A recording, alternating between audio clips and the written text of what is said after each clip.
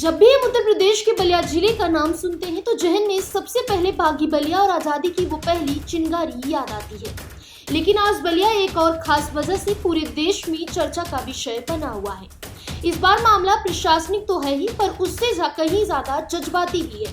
अक्सर सरकारी दफ्तरों का नाम आते ही हमारी आंखों के सामने फाइलिंग, धूल और लंबी कतारें आ जाती हैं। लेकिन बलिया के मुख्य कोषाधिकारी सीटीओ आनंद दुबे ने इस सोच को पूरी तरह बदल दिया है। उन्होंने अपने प्रयासों से बलिया में भारत का पहला ऐसा पेंशनर पार्क बैठने के लिए शानदार भवन तैयार करवाया है, जो अब आकर्षण का केंद्र बन गया है। दूर दराज से आने वाले बुजुर्ग पेंशनरों को अक्सर घंटों इंतजार करना पड़ता था। उनकी इसी तकलीफ को समझते हुए आनंद दुबे जी ने कोषागार परिसर में आनंद पेंशनर उपवन का निर्माण कराया। यहाँ सिर्फ कागजी काम नहीं होता, बल्कि बुजुर्गों को प्रकृति की गोद में बैठकर सुताने और सुकून के 2 पल बिताने का मौका मिलता है।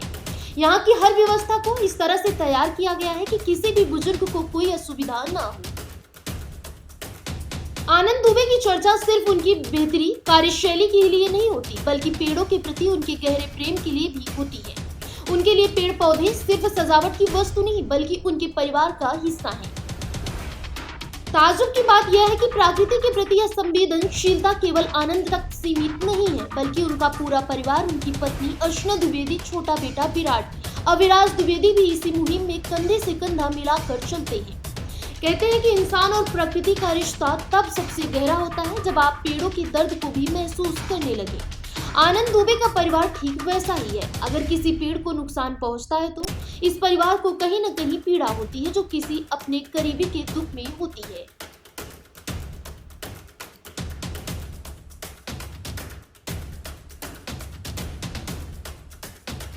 फिलहाल इस खबर में बस इतना।